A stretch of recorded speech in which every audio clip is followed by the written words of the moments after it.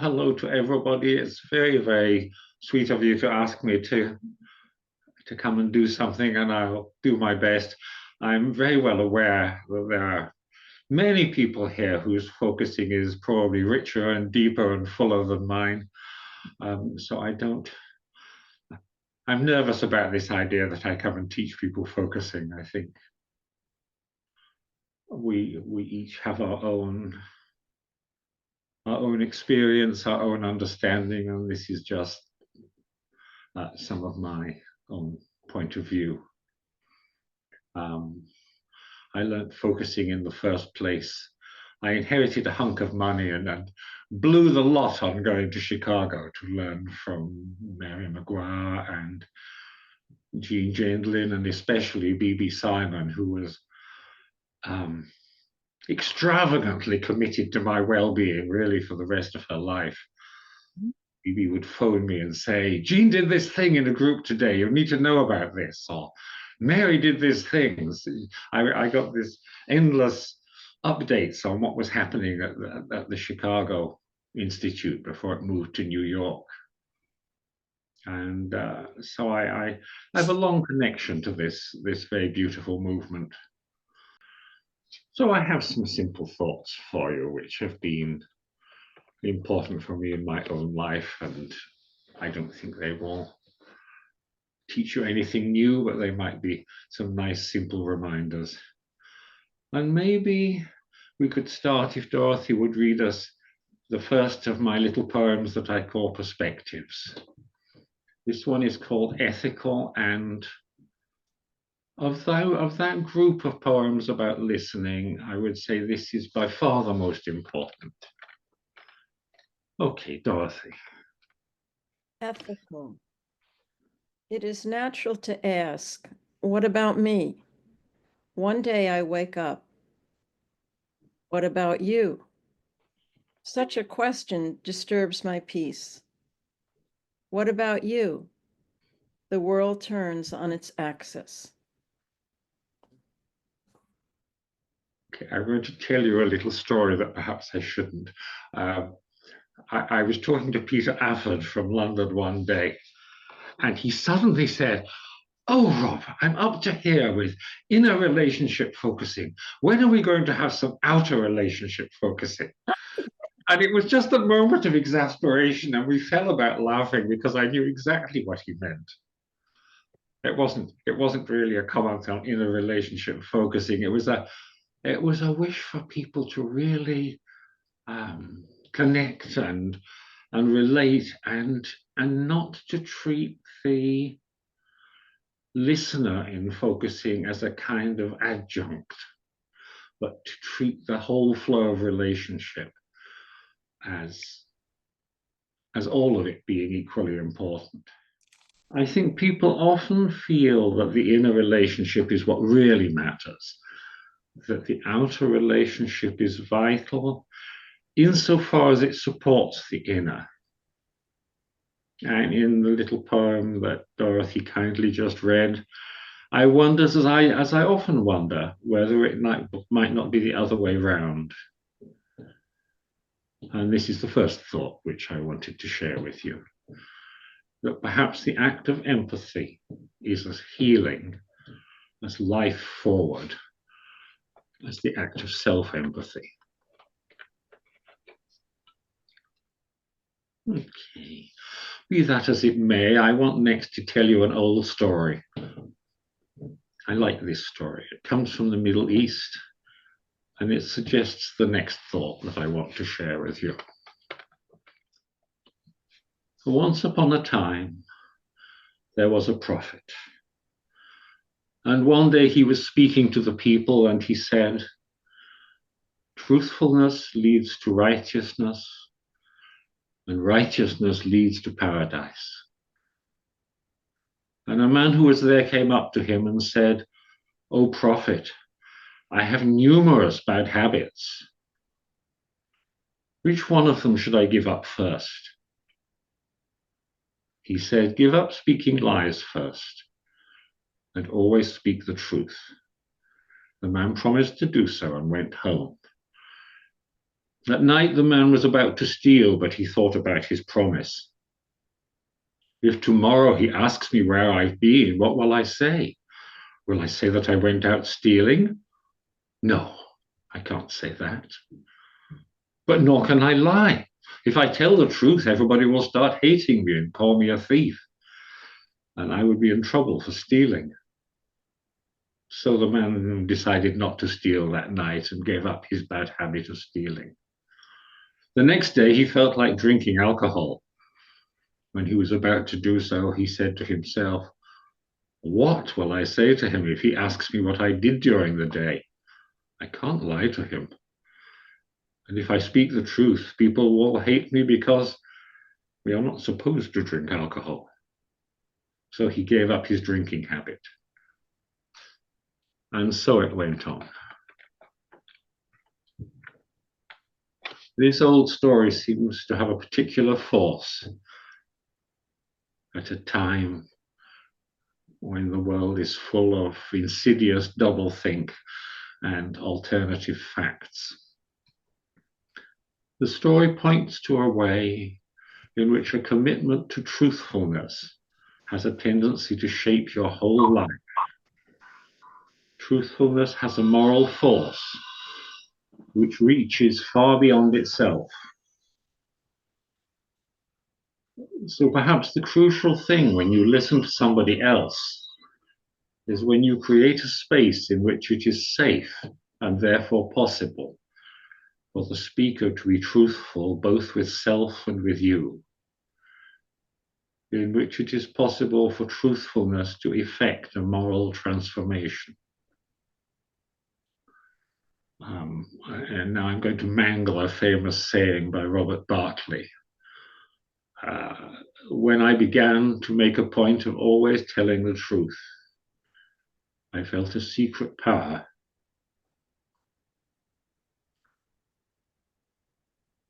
which touched my heart. And as I gave way to it, I found the evil in me weakening and the good raised up. Bartley was writing in the 1670s.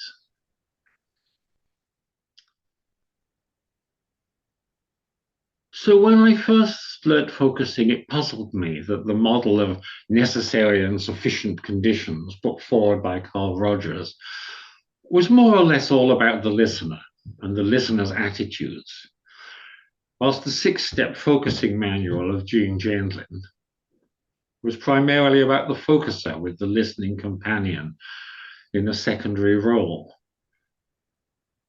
And I always knew that I wanted a model which brought these two together. I wanted to have an integrated model of focusing in relationship. And as I said a few moments ago, I found more and more that the act of listening is as healing for the listener as for the focuser, at least for me. Listening is as life forward for the companion as the act of focusing itself is for the focuser. I've often found, as B.B. Simon did and regularly used to say to me, that to listen to somebody else does even more to carry my own life forward than my own focusing does at that time. B.B. very often said, "Oh, Rob, I couldn't do any focusing. I was too tired, but I can always listen to somebody." And that always brings something. And that's a place where I was very close to BB. That's how I have it too. I can't always do focusing, but I can pretty much always sit down and say, "Hey, how is it for you?" So with these things in mind, I made a very simple, primitive model of focusing in relationship. It has 4 steps, or if I may borrow Jean Gendlin's nice expression, it has 4 movements: feeling, saying, hearing, checking. So first, feeling. The feeling movement is when the focuser makes what Jean liked to call the inward turn. The focuser makes the inward turn to see what is stirring at a bodily level, in the realm of feeling, to see whether a felt sense will form of some area in her life, of something which is noticeably impinging at that bodily level where we feel things. The second movement is saying. In saying, the focuser says a few words about the situation, about what the feeling is like. There are always these three aspects. Firstly, the living feeling. Secondly, the living situation, or what the feeling is about. And thirdly, what I call the living word, a word, phrase, image, color, symbol, sound, or gesture. For simplicity's sake, the living word, which in some way captures the essence of the feeling of the situation.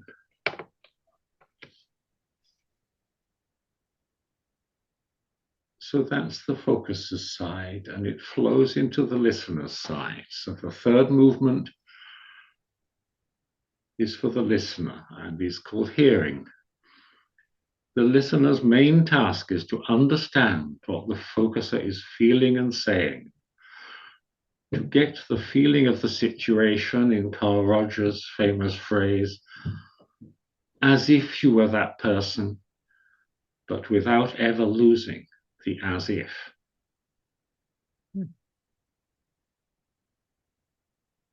You may remember that Carl had a client with whom he lost the as if.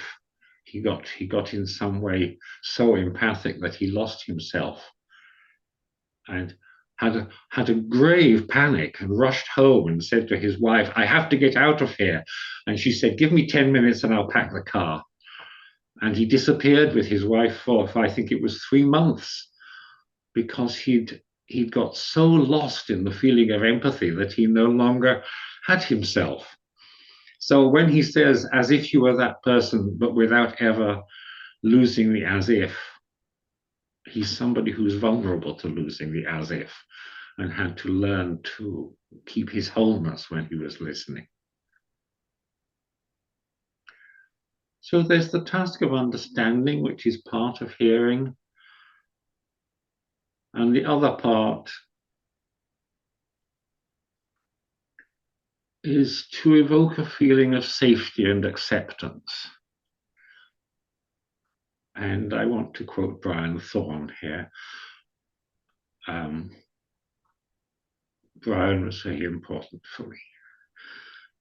He said to me and a group of other people one Sunday morning, the most important thing for a listener is self-acceptance. Because when you have self-acceptance, the acceptance which you offer to the other person will ring true. So I wrote a little poem in acknowledgement of the effect which Brian's acceptance had on me. It goes like this: tenderness. Dear Brian, with your twinkling, smiling face, infused with love, with tenderness and grace. Here are my thanks for freeing me from shame, from acid words and evil thoughts of blame. You gave me hope. You brought me into life. You breathed that peace that puts an end to strife. And now, as shadows fall upon the scene, I think of you and still remain serene. So the third movement of meditative listening is the hearing, the taking in what the person is feeling and saying at the level of your own feeling as a listener. And the fourth step, I go with Carl Rogers here, the fourth movement of meditative listening, I've come to call just checking. Carl always said he was not trying to fix the other person, the client. He was just checking that what he took in was what the person meant. So in the fourth movement of meditative listening, after hearing and taking in what the focuser is feeling and saying, now the listener needs to say something in order to check that what she heard is what the listener intended and not somewhere off to the side of it in a world of fantasy. And that completes the circle because it brings us back to feeling again, brings us back to the first movement. When the focuser hears the listener's words and feels, yes, you heard me, then an inward silence falls, as Jean Gendlin once said to me, because the last thing has been heard and the next thing isn't here yet. There must be a silence because the next thing hasn't arrived, is what Jean wanted to say to me. And this is the thought which led to the little 4-line poem which I read to you once before. When you feel heard, a silence falls. In that silence, more may come. Often it is something deeper. You can feel it just now forming at the edge of being.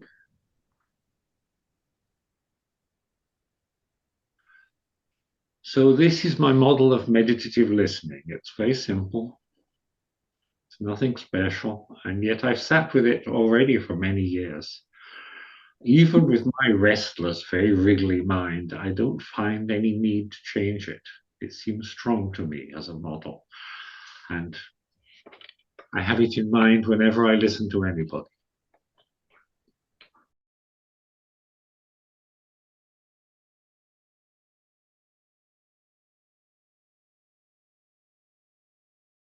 A vigilant humanity. When people ask me, Rob, what do you do?